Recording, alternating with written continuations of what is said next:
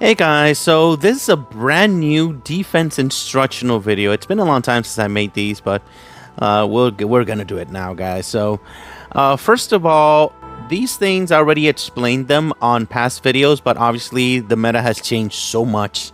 I mean, it's changed so much that obviously I need to do a new video on these. Now, all the things that I'm going to explain right now, you're able to use it in cheap to play, free to play, and high level play. However, the meta is so different in cheap to play and free to play that in the end I'm going to do a little segment of what teams are better used in high level play, because between resonance and all the different systems that you actually raise your stats on your heroes made some of the things that I'm explaining not so much relevant there than in free to play. And I'm going to explain that on the end of the video. So if you think that you already know everything about making defenses or whatever, you can jump at the end, and that's assuming that you play in high level play. I mean, high level play is the top guilds. You fight against the strongest teams in the entire freaking game. We'll talk about that in the end. But for everyone else, and whoever wants to actually see it, whatever, you can actually see the full video from the beginning, because there are some things that you do need to remember when doing defense teams, and I'm going to explain them right now. And first of all is knowing your dispellers.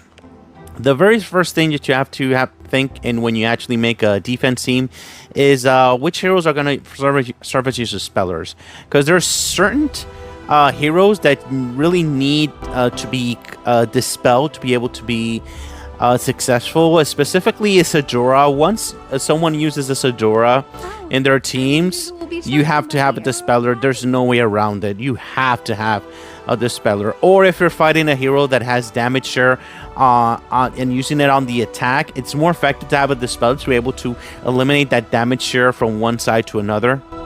So some of the dispellers that you are able to use in free to play, cheap to play, usually if you probably already have Apollo, you can use Apollo. Apollo is an amazing hero, but if you have him +0, +1, you can add him to the team. Don't be afraid. Just make sure to put a shield weapon on him, and he's going to dispel the entire enemy team in that case. Another hero that you could use as a dispeller is this guy over here, Francis. He's slow, but he is able to dispel the entire enemy team, and that is very useful. And let me see others that I can actually see here. Obviously, frickin' Elmas is an absolute monster for dispelling. Let's see. I think Apollo is the main one for yellow for sure. Oh, of course, this guy over here, Agatha. Some players love Agatha, but till this day, she's a good dispeller. For defense, technically she is a dispeller, Abigail, but she's not exactly good on defense. However, if you're free to play role, maybe she can be used. So if she's your only dispeller on your teams, you can actually use her there. Let's see. And don't forget that you also are able to actually use pseudo dispellers, which are the heroes that are based with the Soul Link ability, which is this hero, Gilliam, which by the way I'm not able to actually add because of it's limited right now for arena. Soul Link, obviously this guy over here. I see pseudo dispellers because you're able to dispel the damage share. So most of the time that you're actually setting up a defense team, you're going to protect your team from a team that actually use damage share, and Soul Link heroes do actually do that. I'm sure there's other dispellers, other Soul Link heroes that I can actually mention here in that situation. Well, actually those are only 3 we have there, but yeah, just be mindful that heroes that you actually set up on defense, they are able to be as dispellers, but the actual best dispellers you can actually add in your team is Klimt. Is an absolute monster of a dispeller, because he's not only dispelling, he also is breaking shields, dispelling, and he goes off every single freaking time. As I said, Apollo is an amazing dispeller as well. Elmas is the absolute best hero for purple and dispelling in the entire game by far. he was from the ever since the beginning of the game. He was, because he also adds mana as well. Red doesn't have a really good dispel. The new hero does dispel, but he's slow. He's not gonna actually be so useful in that. But red has a lot of options, like Gillian, as I mentioned before. She is a good option. However, a lot of Vincent's around, so not a lot of people are using her. So straight up damage can be an option with red there as well. Let's see. I'm missing a color for best dispeller for blue. You could actually use Palmyra as well, by the way. I forgot to mention Palmyra. Where are you, Palmyra? Palmyra is pretty good for this, just for the dispelling. Nothing else there. She's not actually doing a lot of damage ever since she was silent nerfed there. So when you're actually selecting the positions for your teams, as a dispeller, you always try to put it on the left side, like Elmis here on the left side, because heroes activate their skills from left to right when they are on defense automatically.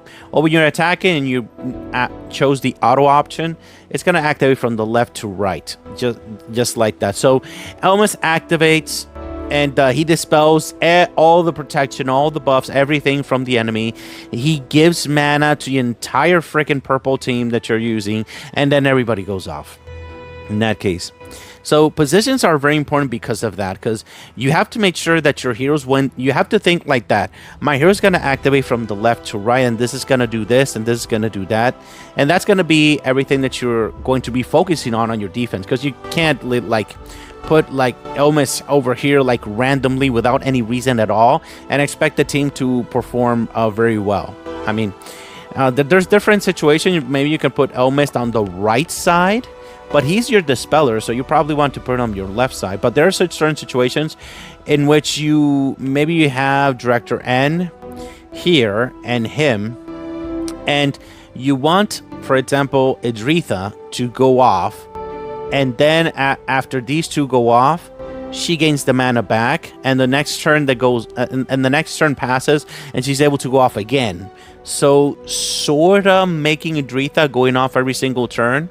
So that if that's something that you want to do, you can try it, but you're risking that your enemy's going to have an Isidora up and Idritha is not going to kill anything. So that's the thing. That's why I recommend to put Elmis on the left side, because it's more, in my opinion, it's more valuable for the enemy to not have any protection. And when Idritha does go off, somebody dies. That is something very important to know. So that is why it's important, and I think it's important to have your dispel on the left side. That's an easy way to start off your defenses. So the next thing that we have to talk about is energy weapons, and by far the best energy weapon out there is still Whip, which is Thaurissan's weapon. And if you don't know who Thaurisan is, this is Thaurissan. His real face is this one. You probably have this one instead. So his weapon specifically is able to give 60% mana to the entire team except him, and that can actually be done for any hero that is strength in your defense teams. You don't have to put him on the left side. You can put him anywhere. After getting the whip, is which one of your heroes is able to actually use the weapon. I've seen some people using it on Messenket. Any hero that is strength. Let me go here so it's a lot clearer to actually see here. On Wishing, I'm able to actually see all the heroes, whether specifically there are from the different types. So any of these heroes, you're able to equip the whip, which is Thaurissan's weapon. However, there are some heroes that you do not want to equip an energy weapon in general, and those are heroes that are slow. If you put it up on a slow hero, it's either because you don't care if that hero goes off too much, or you don't have any other options. Let's be real. We're not always going to have all the heroes that we actually want at that moment. Especially in Summit, by the way. You have to set up 6 frickin' defense teams. So you could use this guy, or you could use this gal here. Whichever one you prefer in that situation. But I do not recommend you to have, as I said, a slow hero. This guy over here is amazing and actually holding the whip, because she does get the mana back. Let's see. This guy is amazing holding the whip as well.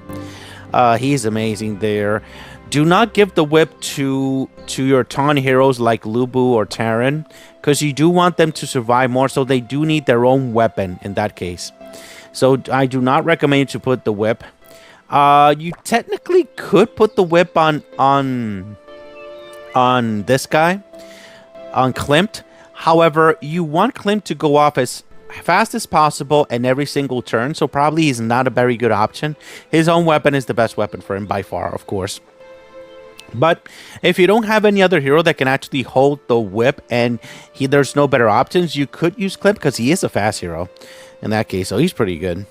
Messenkit, I have seen people using Messenkit with that weapon. However, I don't exactly recommend it because there are other weapons that you actually give her. Even her own weapon is better than giving her whip, but however, she is fast and she still just does so much freaking damage. And you are able to get the weapon whip at +3, so that's going to give her more stats. So you could technically give her that weapon, but I don't recommend it. There are better weapons. Klimt's weapon is better for Messenkit, in my humble opinion. As long as you have another hero that's going to give her shields, that's going to help out a lot. And in general, Luna is an amazing whip holder as well. Some people add it on Haroth, but Haroth is better on his own weapon. It's a lot more useful for him for sure. If you're free to play, you can add it on this guy, Zeetlight. On defense, some people use him, but it's not so much, you know. You could add it to Malphor. Malphor is one of those heroes that is going to receive a lot of protection on its own, and you don't really care if he goes off a lot. So he's a good option to actually use it, the whip there in that case. And pretty much that's all. Oh, of course. And Thor. You can add the whip on Thor. Thor doesn't exactly do a lot of damage as he used to. So he's an amazing option to actually hold the whip and give protection with shield to your entire freaking team. Now, let's see. Let me switch it again to the one that I had. The one that I had was... intelligence it was. Alright. Probably going to cut this off as well. There we go. Pretty much the option as before. Alright, as I said, you should put your energy weapon holder on a hero that is usually average speed or fast.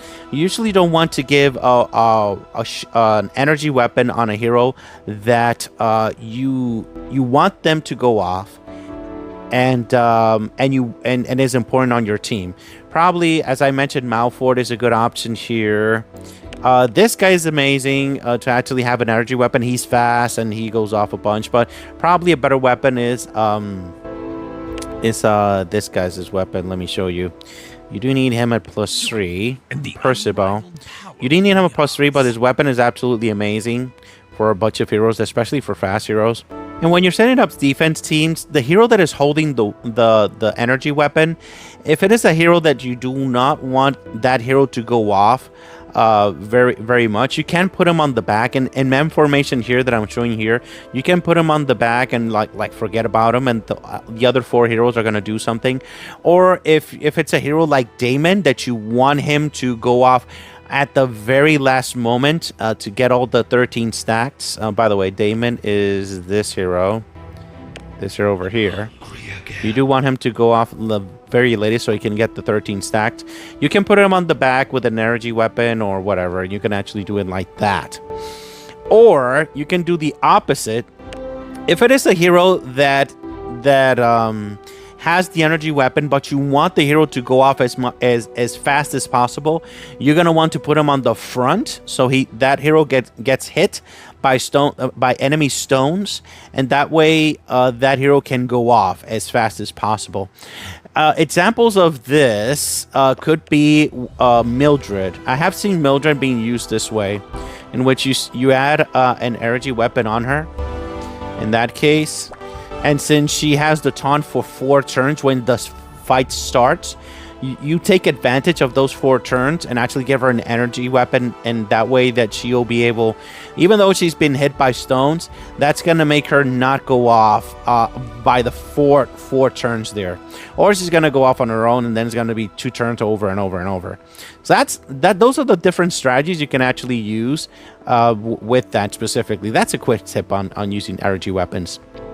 Now, the main thing that you actually have to take into account when you're setting up a defense team and to make it successful, usually, not all the time, but most of the teams are going to have 1 or 2 main damage dealers.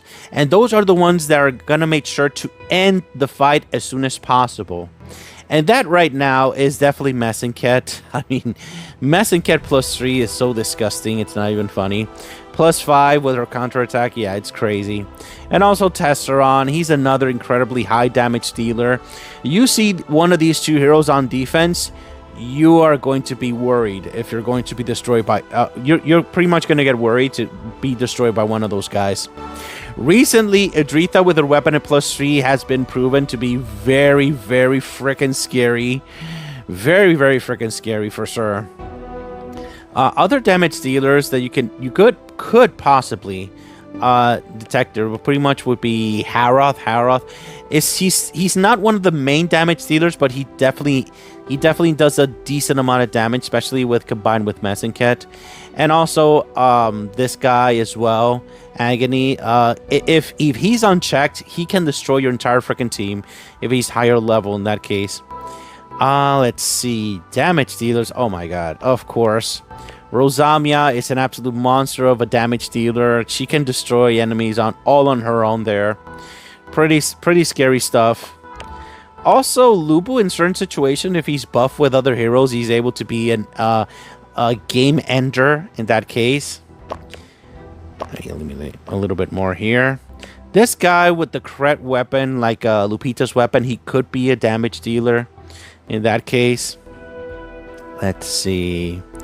Pretty much those are the main ones for... Oh, how can I forget? This gal, if you get her at +5, or you could say +3, she's a really... Yeah, and with her emblems and all that good stuff, she will one-shot every single time that she goes off. It's not even funny. It's disgusting. Especially with her weapon. It's so disgusting. It's incredible. She is an absolute monster and definitely a damage dealer of damage dealers for sure. Let's see. Who else? Damage dealer.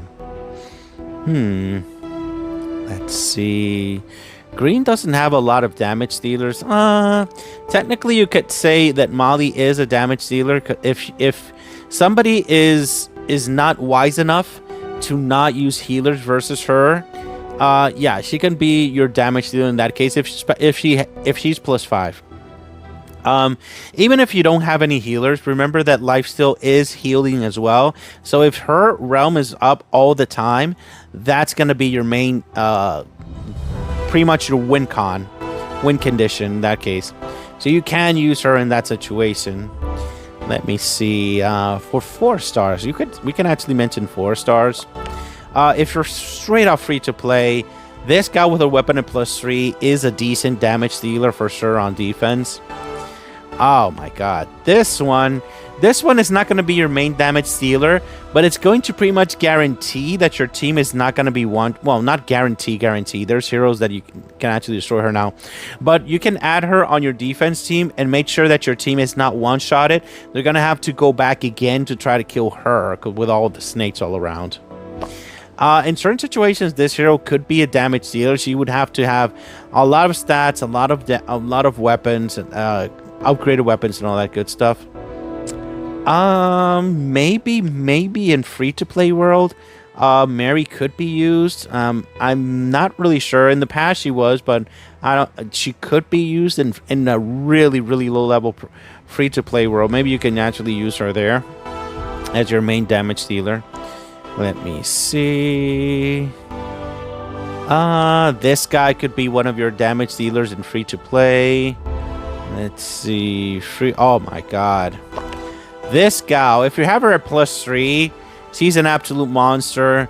She works very well with Molly. She can go off twice per turn. It's incredible. It's absolutely incredible, guys, for sure. Very, very powerful hero. Still, you just have to make sure that she has all of her emblems and weapons and all of that stuff. Because I think that she was silent nerfed a little bit. But if you might just make sure that if green is your main color, you're probably gonna want her to be as matched as possible. She's a incredible damage dealer for green. Let's see. I think that's pretty much it for damage dealers. Yeah, I think that's pretty much it. This guy over here does do decent amount of damage in free to play. This guy's amazing as well. Oh my god, he's so fun. I think those. Yeah, that's pretty much all the damage dealers and all the different types of play for sure. Now, your damage dealer, usually you want him to go off on last. If you're playing in F2 in War, which you're gonna produce shields every single turn, you're probably gonna want him or her to be on the second or in your first position, so they go off first. An excellent example of this is Adretha. Oh, did I mention Damon? Damon is an absolute monster. But however, recently hasn't been doing so much damage as before. But he can be used as your main damage dealer, especially if you have him +5. Now, Adretha, you are going to want her to go off first, or right after your Dispeller goes off, probably on the second spot, or on the last spot when everybody goes off. Because when she goes off, somebody's going to receive a lot of damage. That's for freaking sure. Yeah, for sure. So just make sure that when you make your defense teams, you have at least one strong damage dealer, the one that's going to end the fight in that situation. And there are some teams that don't even have damage dealers. They just make sure that you don't do anything until the time runs out and you lose. So that's another strategy. You're gonna see a lot of those strategies in C's and the ships. Yeah, there's gonna be a lot of strategies like that. Now, for your support heroes, those heroes specifically are the heroes that are gonna help your main damage dealers perform even better than they would usually do without them. So star heroes that are support is Director N, giving mana, giving crit damage, and also crit chance. For example, Adretha, it's an excellent example there. Also having Tesseron next to this guy it's fire. It's absolute incredible stuff, guys. Let me just show you the different support here. Pretty much every single hero in the entire freaking game that can make sure that your main damage dealers perform better, that's going to be your support hero. And there's so many. I mean, there's so many, man. Let's take, for example, this guy over here. Adretha. This guy here is going to make her go off for free like every 3 turns, Shadow Luca. So if you put her over here, she's gonna pretty much go off twice, like every 3 turns. Like it's disgusting. And if you put her maybe here, and then you add Director N here, and your Dispeller here, you dispel. She goes off. She gives shields to the entire freaking team, and crit chance and crit damage. It's so many combinations. It's not even funny. So pretty much every single hero that's able to help this hero, or the hero that's main damage dealer, perform well, that's going to be your hero that's going to be support. It's so many heroes. It's not even funny. So many. Like for example, in red, you are going to want to have this hero Freya at least at +1, because once at +1, she'll be able to actually give 10 mana to red or purple and things like that, depending on what stones are connected, even on defense. So that's going to change your game in terms of mana. In that case, Agony can be used as a support hero because he's going to raise the damage that's going to be done. Let's see, this guy over here with her realm and her shields. I mean, there's so many heroes, but the main thing that you have to take into account when you're actually making defense teams is who is my main damage dealer. That's going to be Messing Cat for sure. And then you're going to add a hero that is going to support her with mana, with shields, with more power, and crit chance and crit damage. You have to have that mentality. How my other heroes are going to help my main damage dealer destroy my enemy. So that's what you actually have to think, and then you decide which heroes are going to help you out in your situation. Or you just add another hero that's going to actually destroy your enemies as well. It's so many combinations, so many strategies, so many things that you can actually do there. So you have to take into account which is your main hero that's going to do damage, and the other heroes are going to support him in doing that. Naya is an absolute monster doing that, and also Ali as well. Where are you? Oh, Ali is banned for Arena. So yeah, Ali is an absolute monster of a support hero for sure. Now, the things that I just mentioned that can be used for cheap to play and free to play. Like, for example, let me give you an example here. This guy is going to actually give damage share and protection for the hero that you want to actually do damage. But if that damage dealer is very squishy and dies really easily, this guy is going to die really quickly. So this guy is going to come in and protect your main damage dealer to make sure that he doesn't die. Or maybe this guy over here. Maybe you're into that, this combination with that and none. Maybe on defense you can do that as a free-to-play player. This guy over here is going to give protection to the entire freaking team, especially with her Weapon Awaken. I mean, she was once one of the most strongest heroes in the entire freaking game, even at 4 stars. This guy just gives shields and protects your heroes. I mean, there's so many combinations, man. And in cheap to play, you do have good combinations. This guy is an amazing whip holder as well. Very, very powerful stuff, guys, for sure. Very, very good. Now, this is my favorite part of the video, and this is the most important part of you setting up defense teams. Besides all the things that I already mentioned, this is the thing that actually will decide if your defense team is successful or not, and that is synergy. Synergy changes everything. Synergy makes the team like work, like do everything that is supposed to destroy your enemy, to make them go slow, to not do anything, all that good stuff. And examples of synergy are, for example, if you're planning to, in free to play, cheap to play, try to make a team that is a shield team. You can actually do it like this. Let's see. And then you add this guy over here. Where is he? Where are you, Claqueta? Here we go. Claqueta. And also a Malford is a good shield hero. Of course, this guy is going to be one of your options. But probably, if you're free to play, probably going to have her plus 0, plus 1. In that case, so you can add her like that if you want to actually do a good shield team. And things like that. There's different archetypes of synergetic teams you can actually use. That's going to be shields, but it's not exactly shields. It's just messing if you're high level play. Archetypes. Let me see. Alia. It's a hero that you can help make. As long as you have the Weapon Awaken, at least at +2, she'll be able to do a lot more things. For some reason, if you don't know who Alia is, I don't know. You're probably just starting off the game, for sure. So if you put Alia with a Weapon Awaken in +2, and you combine that with Naya, those two heroes together, that's going to give enough mana for a whole lot of different combinations that are synergetic all on their own. Maybe you add a Ton hero over here. Where are you, Mildred? Here we go. Mildred over here, Alia here. Imagine that Alia's here. And then maybe you'll add a hero that can actually cause a lot of problems for your enemies. And that, you know who I'm talking about. That's definitely Zania. It's sad that we're not able to vote Zania. Oh, wait a second. We are able to because she's banned.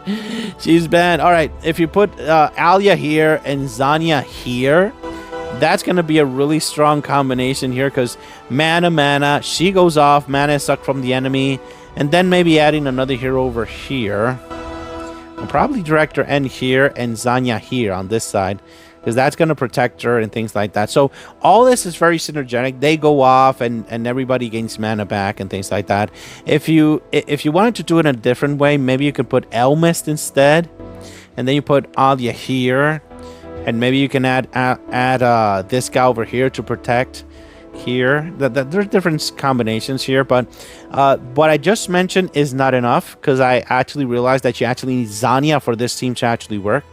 So in that case, I would actually eliminate Nadia and add Zanya here, Alia here, and probably adding this guy here, but that will be an M formation. I'm sorry, W formation in that case. So that way, this guy goes off, she goes off, and then Alia goes off, and then mana is given to the entire team. This guy goes off, and she gives even more mana to these two guys. So every single turn, pretty much these guys are going to go off with this setup. And then Zanya here to suck the mana from the enemy. And that's probably one of the teams you're going to see in C's in that case. So that's the thing that I'm trying to get at. Synergy is one of the things that are going to determine if you're going to win or not with your defense team. That's usually you're going to focus on your main damage dealer, or if it's going to be your main win con, in this case is Zanya in this case, and you're going to think, how is the rest of my heroes going to work best with my Zanya for her to go off? And obviously you're going to want to get a bunch of mana to actually make her go off every single turn in that case, in that situation. So let's see, another setup.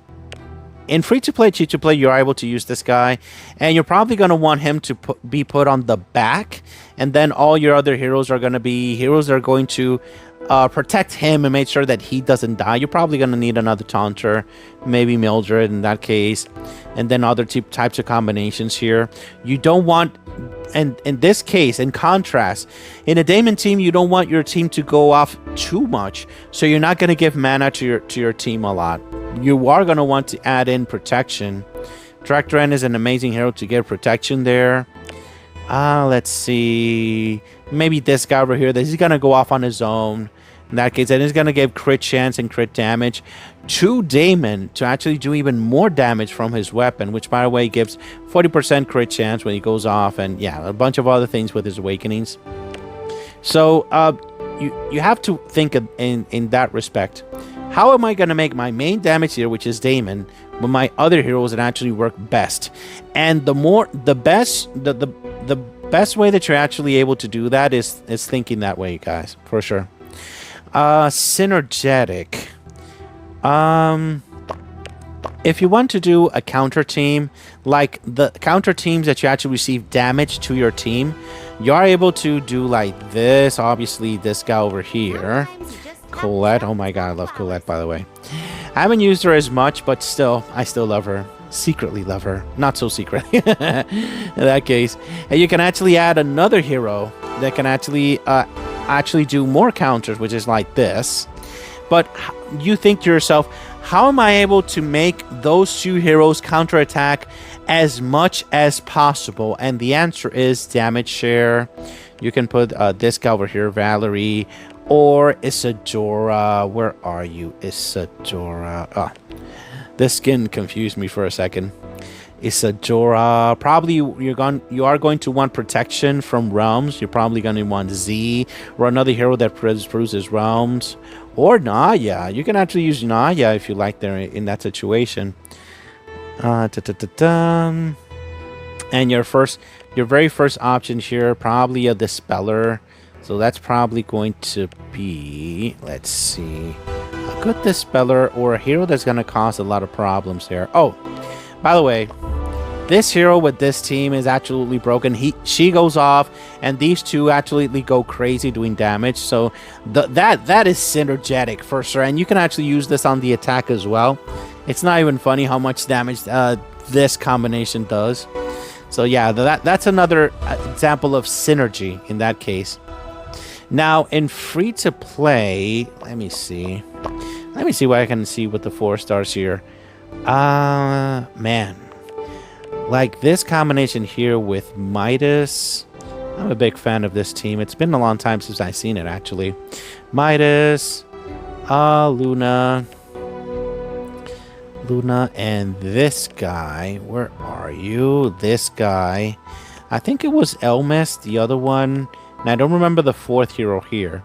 But the idea is taunt this, and then this hero is going to do a bunch of damage. Those are different ways they can actually. And when that happens, it's breaks loose there. So that is something that you have to think about, how the other hero is going to help my other heroes work better, and that is synergy.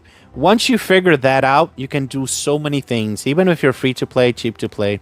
You just have to make sure to find those heroes that actually work best with those heroes. You can test out, you can ask questions, you can do a bunch of things there in that case. Now we're entering the part that is high level play. And high level play is important to talk about that because, as I said in the beginning of the video, all these buffs, like resonance, like the seasonal buffs and all that stuff, those have made dispelling, energy weapon use, and your main damage dealer on that situation, it's so much more different. Specifically dispelling and energy weapons, because dispellers, because when you have a very high level of resonance and a bunch of different buffs, even if your defense team's dispels in high level play, it's not going to do much difference, because if the resonance is going to go over that, so you don't have to actually use so much of the dispeller in high level play. Energy weapon, many players in war and in other situations have decided not to use an energy weapon because of the sleep artifact. And since you're already put to sleep for I think 3 turns, and you're not able to go off in the beginning anyway, so what's the point of having an energy weapon in that situation? So many players in high level play have decided not to use an energy weapon there in high level play. But the other things that I mentioned are still relevant. Main damage dealer, support hero, and synergy, that has not changed at all. You do need those 3 elements to do a very successful defense team in high level play. So in high level play, we're talking about 5 stars, 5 stars and +5s and all that good stuff. So some of the teams that I've seen more successful in high level play, it's the variants with Mess and Ket specifically. Pretty much in the high level players, in the top guilds, they use Mess and Ket so much, it's not even funny. That's actually the deciding factor of which a guild is going to win. How many more have Mess and Ket usually, especially with this new combination of Mess and Ket and this guy over here, giving Mess and Ket even more power and pretty much making her freaking immortal in that case, because you can't heal her. She gets a bunch of stats, and she becomes immune to control effects. So yeah, that makes Mess and Ket so much more powerful. It's not even funny. So the variation from this team that I've seen, it's sort of like this. Let me show you. Like this, and then many of them use Haroth, and all of them use this hero here, Vincent, because he's going to neuter, eliminate, or counter pretty much Gillian, which Gillian used to counter every single team in the entire game. Now with this guy, that has become a lot more difficult. And last but certainly not least is this hero Terran, because when Terran goes off, he's able to actually put the debuff for Frosted, and that's going to make the enemy not go off. Pretty much going to not go up by 30 mana every single freaking turn. It's going to get to a point that you're not able to actually use any skills there, and you pretty much lose, because this guy's going to destroy you, pretty much, in that case. So that's an option in that situation. This is the main team that I've seen in high-level play, for sure. That's really, really powerful. That doesn't mean that you're not able to use it in different situations. Like, for example, Mess and Ket, like, all on her own, if she's +3, yeah, that's going to be really problematic. If it's going to be a red team, usually it's going to look something like this. Like this. And like this. Some people don't use it like this. I honestly think that this is a very good option. However, Lubu, I've seen it more than once being used in this types of teams because Lubu does protect the rest of the team and make sure that this gal kills pretty much everybody, and Haroth is going to make sure to give her shield so she can actually do even more damage there, and this gal as well. So there's so many different variations with the red teams. It's freaking amazing. Like this. Some of them do like to use Klimt. I'm not a big fan of using Klimt in this setup, but some do, and in certain situations it is useful in that case. Now, another team that they use a lot in high level play is the Rosamia teams. Rosamia teams are no joke. I still need to get her weapon. Let me get her a better weapon here. For sure. But the combo that actually works with her is her and Apollo. You need Apollo because every single time that one of your heroes go off, they're going to receive skill damage by 10% and they lose that life. And that's going to activate her over and over and over again. It's pretty freaking amazing. And a damage share hero to make sure that that actually works properly. Yeah, and that's going to be pretty crazy. These three heroes, you are required to have them. Well, specifically, these two heroes are required. You can actually add other damage share heroes here. You can use Isadora. You can use not in high level play, but you can in general, as long as your Rosamia is able to is +5 or +3 at least. I've seen her +1 doing incredible amounts of damage as long as she has her emblems. She has 9 gold emblems on her and her own weapon. It's bonkers stuff, guys. Really, really crazy stuff. So usually it's that and a damage share hero and 2 other heroes that are going to make sure that she survives. Usually it's going to be a taunt hero. I've seen a lot with Lubu. And the 4th hero, the 5th hero is going to be one that you actually decide in general your best option there in that situation. So that's Rosamia teams. Let's see. Also, I've been seeing a lot of blue teams around, so this is pretty much the main key to have a successful blue team. Silence, I don't have silence, but a lot of people do use silence with this guy here as well. Silence, and then maybe a taunt hero here, or Alia. Or by the way, Alia has been used a lot less in PvP, and I'm gonna talk about that in a second, because the meta right now is being dominated by this gal and dominated by this guy here. Those two with the counterattack is not. It's so overwhelming. It's not even funny. So yeah, lots of problem there. So as I said, for blue teams, you can do it like this. This guy over here, Nightingale, is going to protect you for stunt, and that gives you a lot of resilience there.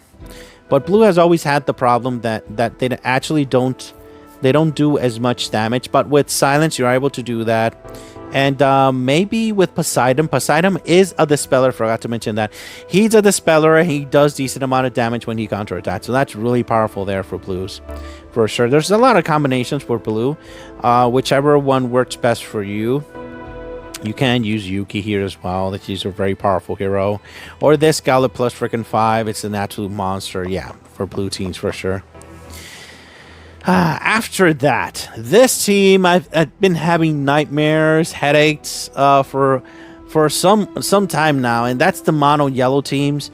The mono yellow teams, the main thing that you have to look out for these mono yellow teams is this guy and this gal. And surprisingly, Maria, I don't have Maria, so I'm probably gonna have to show it later.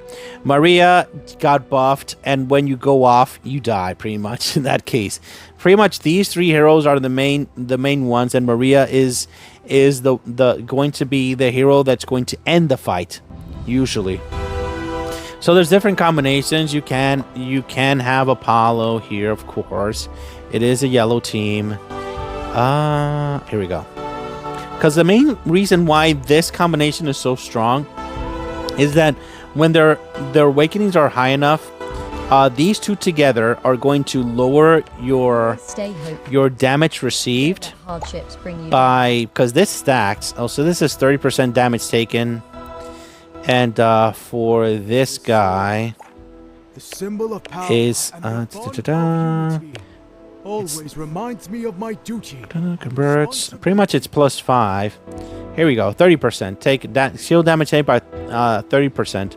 So these two together is going to make your entire team receive 60% less damage from skill damage. So if this team is high level and you add in shields from Apollo, and also, of course, why not from this guy Lorenzo, that's gonna make it so much harder for you to be able to beat this team, because they're gonna receive so much less damage. So most of the time, in my situation, I try to put stats on it to counteract these two, but after that it's going to be a big problem, because even if I put stats on them, that means that I'm just negated their skills.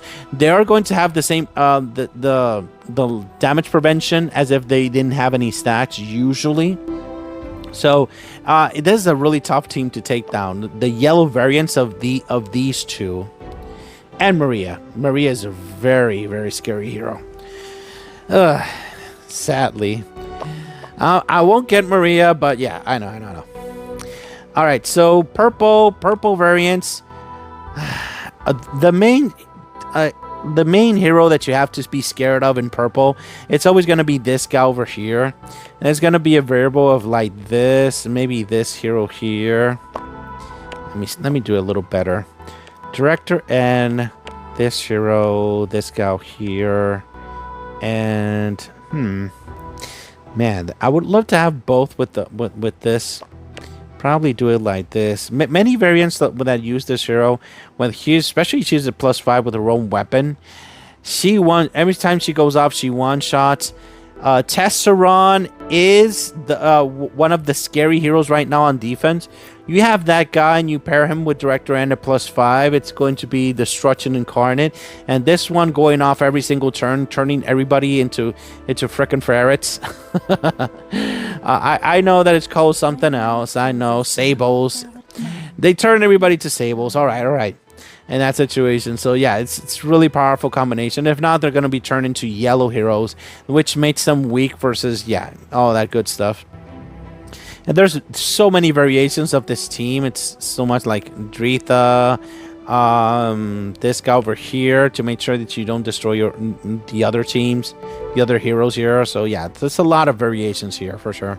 But these two heroes are like your main heroes that you actually, I'm pretty sure I mentioned her. This gal here is scary, especially at +5 with her own weapon and badges and all that good stuff. That destroys so many things. It's not even funny.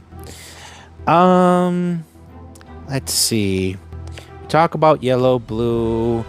There is a green team out there that is pretty freaking decent. Let's see. It uses like this gal here. I'm trying to think of all the teams that are. Oh, of course. How can I forget?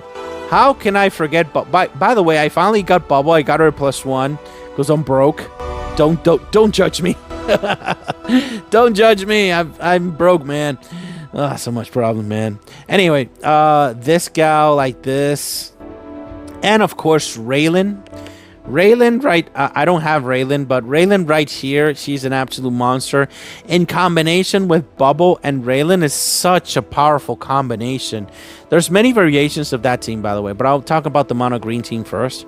Like this, you can put Raylan there, and I think that's pretty much it. That you can add a fifth hero. Of course, why not? Like this. So yeah, that. Great mono green team. The main thing is the mono green teams, you are able to use them for sure. Now let's talk about the few combos that you can actually do in high level play. Like for example, just this combination here, this hero and also Molly and her. I am able to use Molly, right? Oh, here we go. I can see her now.